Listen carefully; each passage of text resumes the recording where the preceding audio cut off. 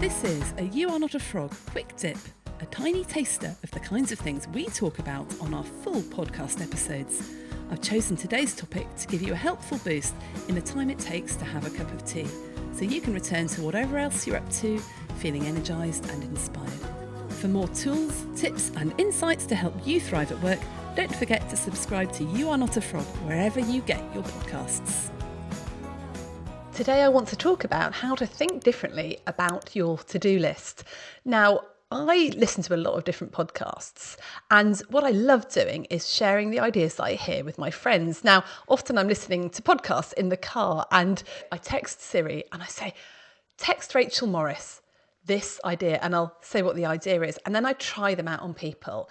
And the other day I was meeting up with some people that came on the retreat in September. We had a lovely reunion, and I shared this idea that I'd come across in a podcast called Wild. That's Sarah Wilson, and she was talking to Oliver Burkeman. Now, those of you who've been listening to the podcast or who've attended any of my training will know that I'm a huge fan of Oliver Burkeman. He's a bit of an anti-self-help guru. But anyway, Oliver Burkeman's written this book called 4,000 Weeks, which has just completely changed the way that I think about time management. And in fact, Oliver Burkeman says in 4,000 Weeks that we can't manage time.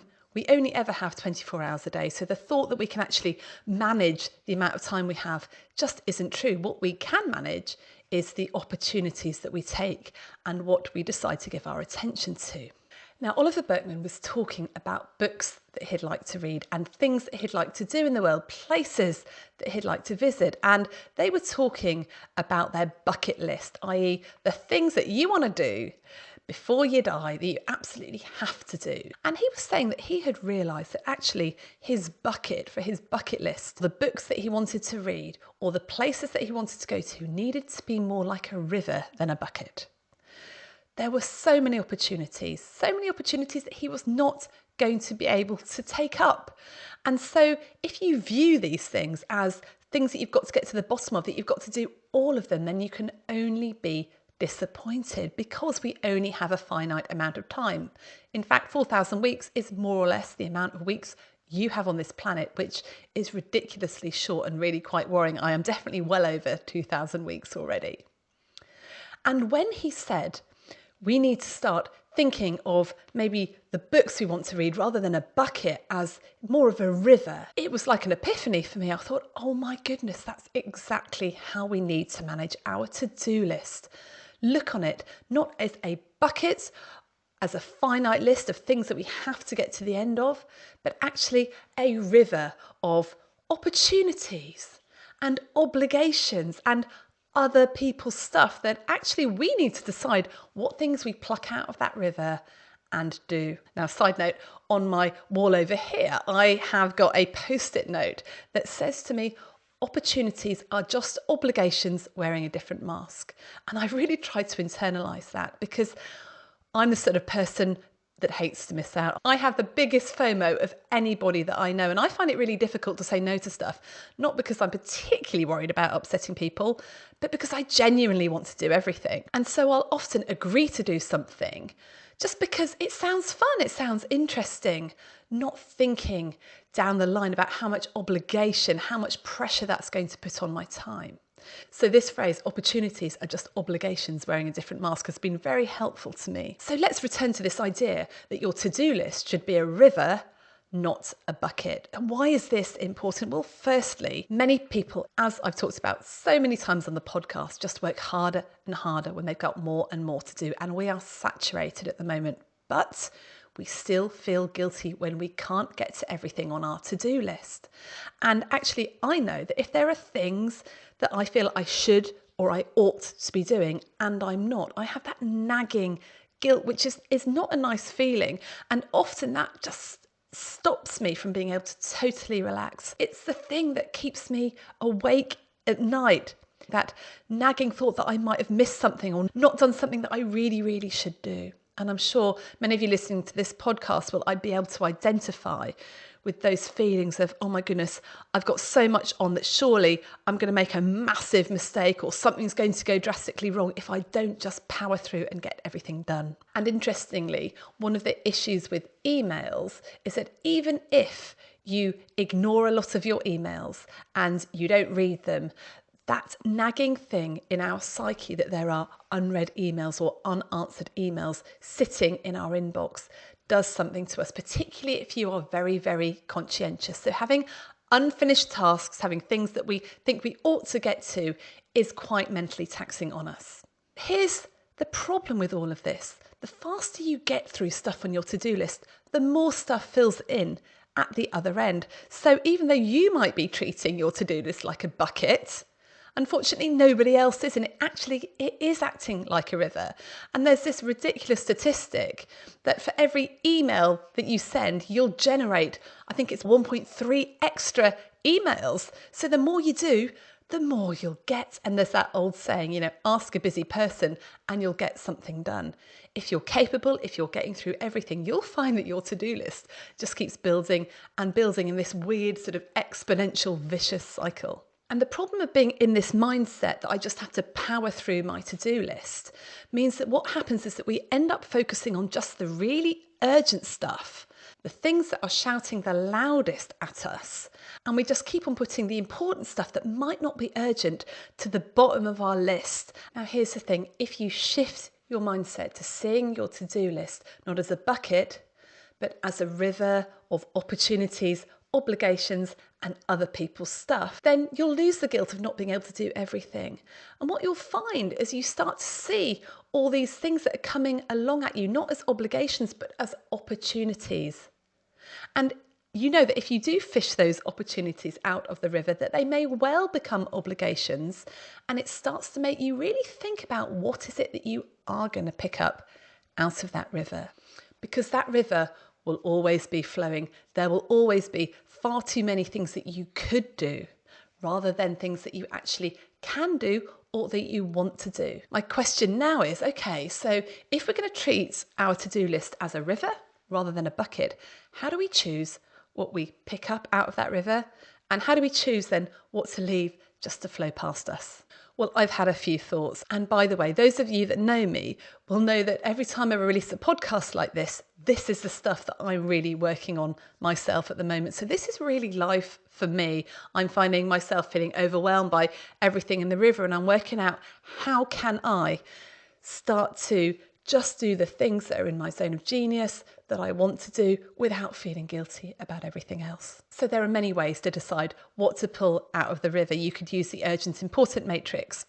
I talk about that all the time, and we've certainly talked about that on the podcast before. And one of the other ways that you can decide what you decide to pull out of that river is to use the 4 F's method. Now, I have just come up with this, so I would love to have some feedback from you on if it works or not. The first principle is big rocks first. And the question you need to ask yourself, is this really important to me? Now, those of you that have come across the big rocks concept before will know that it's a little demonstration you can do. You basically get a big jar and you get several big rocks, you get a few pebbles, you get lots of tiny pebbles, and you get loads of sand. And what you do is you say, can I fit all this into the jar? And you start by putting the big rocks in the jar.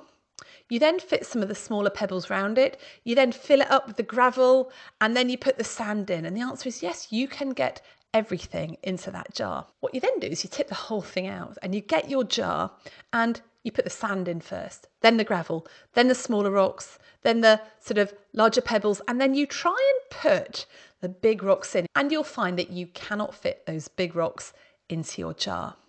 And that is exactly how it is with time. Unless we get the big rocks in first, we will never, ever get to them. So the big rocks in your life are the things that are really important to you.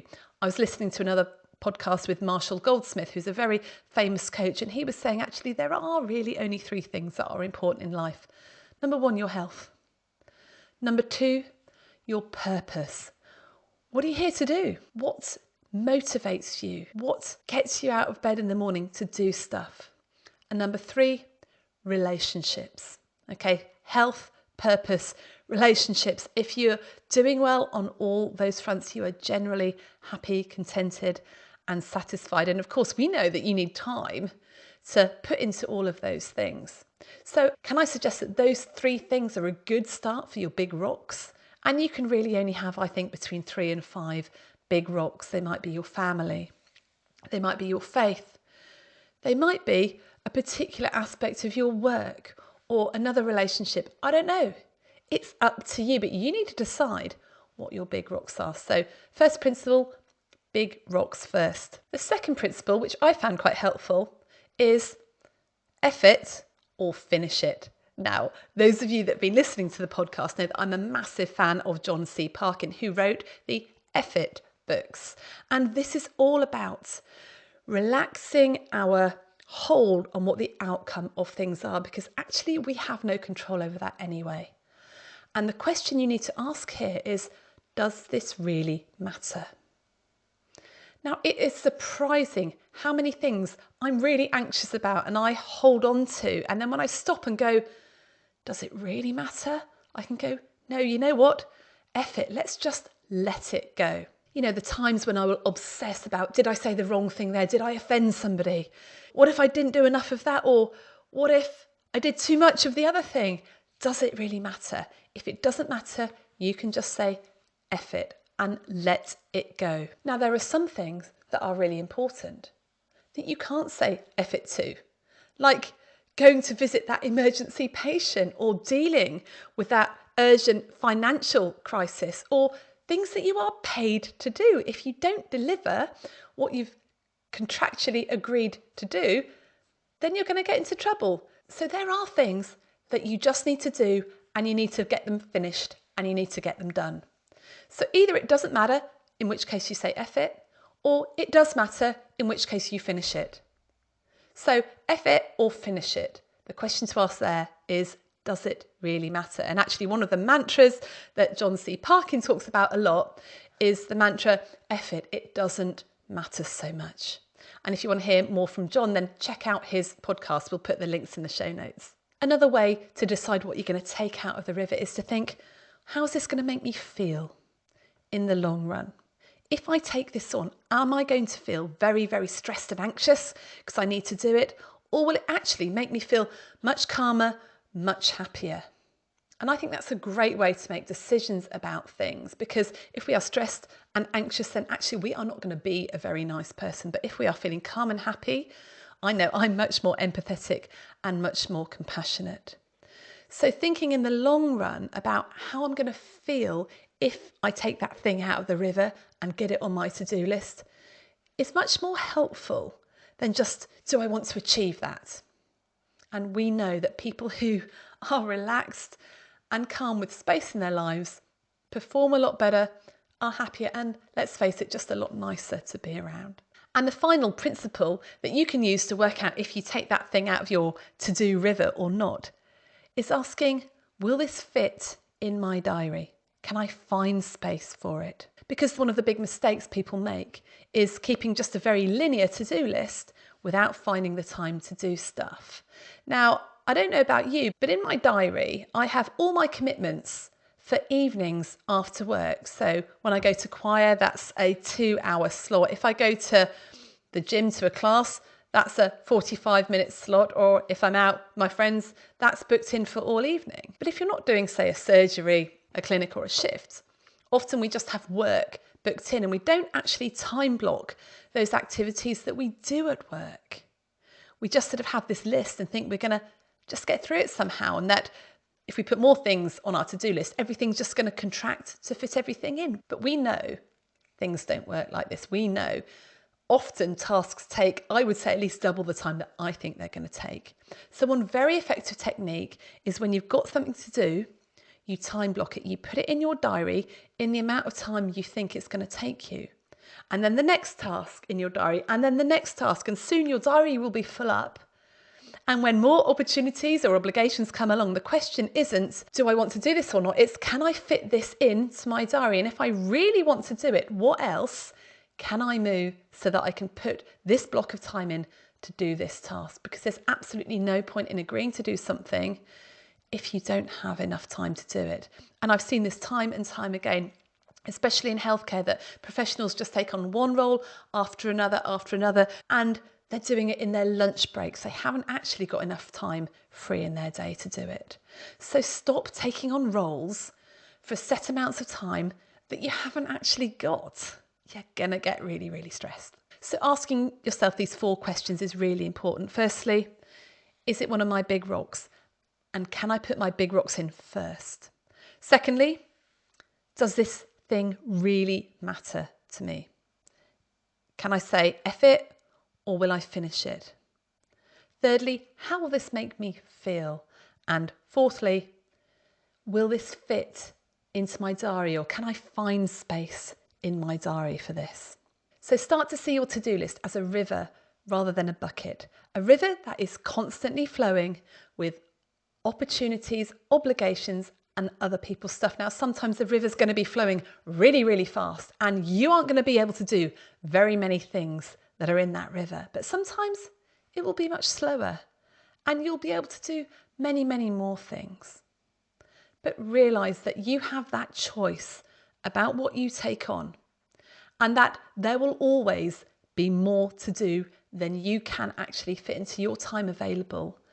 And it's up to you to choose wisely. And finally, just embrace the JOMO, the joy of missing out on stuff, knowing that you have chosen the things that are important to you, that will make you feel good, be a better person, knowing that you actually have time to do what you've chosen to do. And we're going to return to this idea of managing our time in future episodes, because it's the one thing that none of us really have right. So email me, let me know how you got on, and I'll see you again for another episode. Thanks for listening. Don't forget, we provide a self-coaching CPD workbook for every episode. You can sign up for it via the link in the show notes. And if this episode was helpful, then please share it with a friend. Get in touch with any comments or suggestions at hello@youarnotafrog.com. I love to hear from you. And finally, if you're enjoying the podcast, please rate it and leave a review wherever you're listening. It really helps. Bye for now.